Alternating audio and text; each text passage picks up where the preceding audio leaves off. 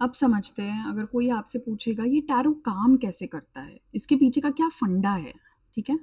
ये बहुत इंटरेस्टिंग है, ध्यान से सुनना सब। हाँ, फर्स्ट है शकुन शास्त्र। शकुन शास्त्र is the indication that nature gives us. अब आपने आपने मूवीज वगैरह में देखा होगा कि कोई एक पेड़ के नीचे मेडिटेट कर रहा है, एंड जब कोई प्रॉब्लम होता है people go up to that person and they ask कि ना ये प्रॉब्लम है, मेरा बेटा घर नहीं आया, क्या मेरा बेटा घर आएगा? एंड ये जो सन्यासी है ये अपना आँख खोलते हैं, ये अराउंड सब जगह देखते हैं and they give you an answer. What are they doing is they are seeing indications from the nature, okay, and giving you an answer. For example, they see a bird which was flying and that bird has gone back to the nest. For them that is an indication कि आपका बेटा घर आएगा, and they say a yes. ठीक है? So the most important factor is शकुन शास्त्र. Second is law of synchronicity. ये जो कॉन्सेप्ट है ये कार्ल जंग का है, ठीक है?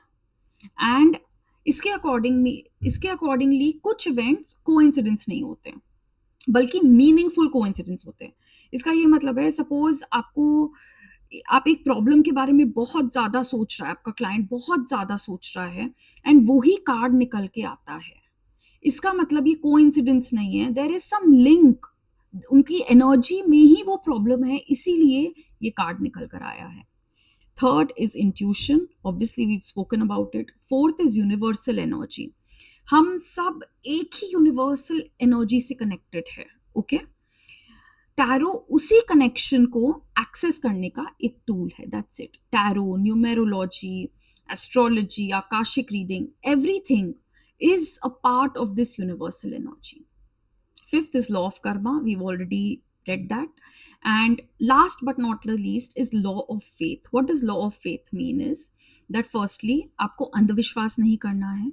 When people are coming up to you or you are going to any tarot reader, that is showing you the possibilities.